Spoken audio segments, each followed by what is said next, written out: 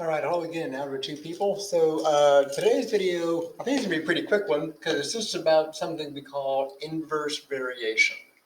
Um, you might remember something called direct variation when you were back in Algebra 1. This is inverse variation. And it's one of the easier things we do in Algebra 2.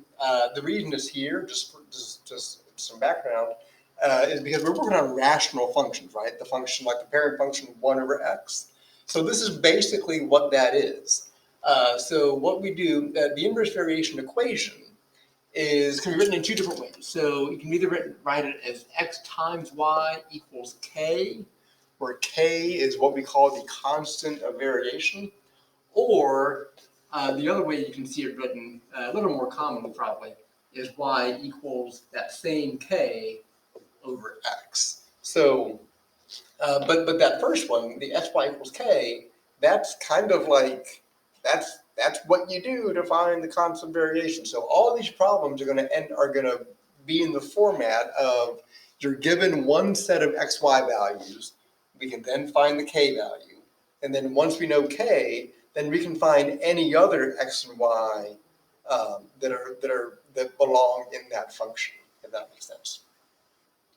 So as you can see by that first equation, to find the constant of variation, again, that's that thing we call k, to find it, all you do is just multiply the given x and y values. And that's it, okay? And every year that I go through this in class, I always have some of my kids say, wait, is it really this easy? Yes, it really is this easy. But it's a thing too, right? So inverse variation does have some real life applications. You know, if you go into physics land, we can talk about the Newton's gravitational pull between two objects. Those things are inversely related. Gravitation and distance, the two objects are related to each other. But so it does have applications, but it's also super easy. So let's take a look at just a couple of examples. If y varies inversely as x, inverse variation, and x equals 10 when y equals 12, write an equation to model this equation. So again, what would k be? Well, k is just x times y. So in this case, 10 times 12, so k is 120. So you can write the equation, again, two different ways.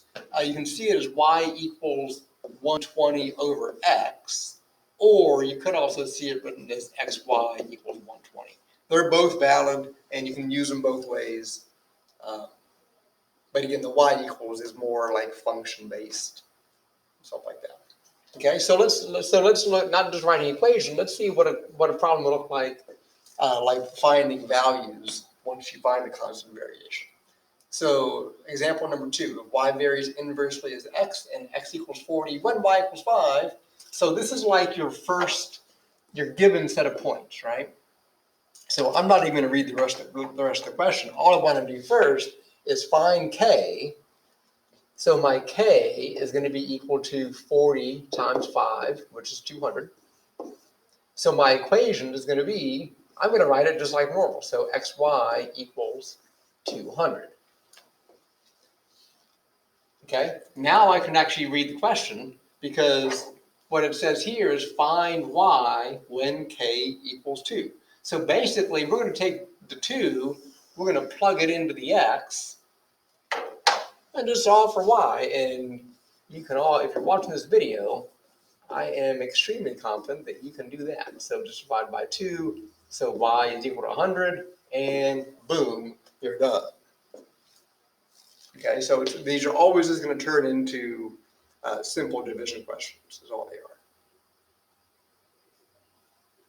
If you ask me, it's not really an Algebra 2 topic, but I don't make the rules.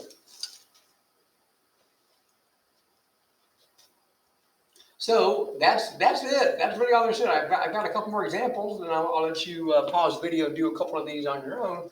But that's really all there is to it. So let's take a look at a couple more. So number 3, if y varies inversely as x and x equals 0.125 when y is equal to 16, find x when y equals 4. I'm going to ask you to pause the video, see if you can do this by yourself, and then we'll zip through the answer and do the last little bit of work problem.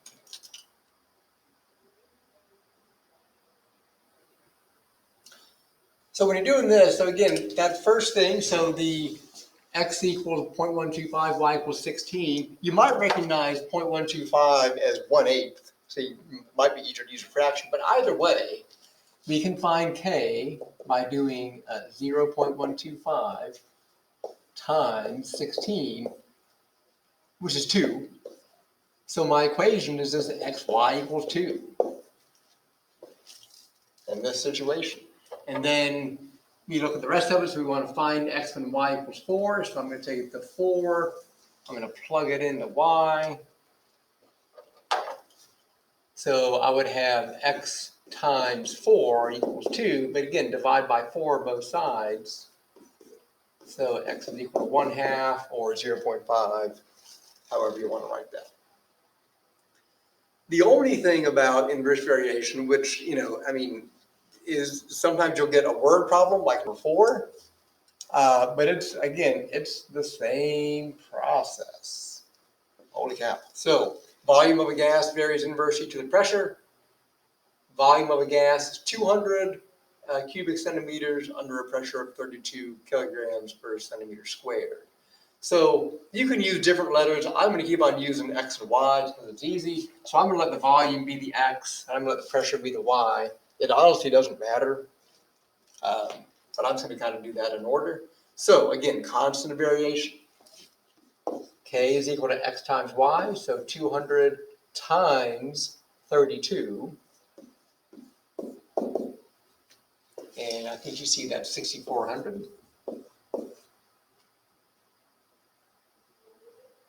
So my equation, again, two ways you can write the equation. You can either do xy equals 6,400, or if this is the only part of the question, you might see it written, remember on what I did on the first page, you might see it written also as y equals 6,400 over x. It's saying the same thing, obviously. So whichever one you want to write, or if it's multiple choice, something like that. So part C, what is the volume of a can that's under pressure of 40? So my volume was x, so we're trying to find x, right? And the pressure was y, so that means y is equal to 40. So again, plug it in. So we have x times 40 equals 6,400. If you divide by 40, you have x is equal to, what is 6,400 divided by 40? 160. I believe sounds right. And the units for x, the units for the volume was centimeters cubed. And then part D, now we're finding y instead of x. So again, we want to, now I'm given the volume, which is x, and I want to find y. Let me get this thing here. So I'm looking for y. So write the equation again. So we got 100y, trying to find that this time, 6,400. Divide by 100, that's an easy one. So y is equal to 64. And the units on the pressure were kilograms per centimeter squared. And that is everything to inverse variation. So you find the constant of inverse variation. We usually call that k, just by multiplying x and y. Set up your equation, xy equals k, or you can write it as y equals k over x. And then whenever you're given, you can solve for the other variable just by dividing. If you have any questions, as always, come in for some tutoring, send a message, and until next time, stay safe.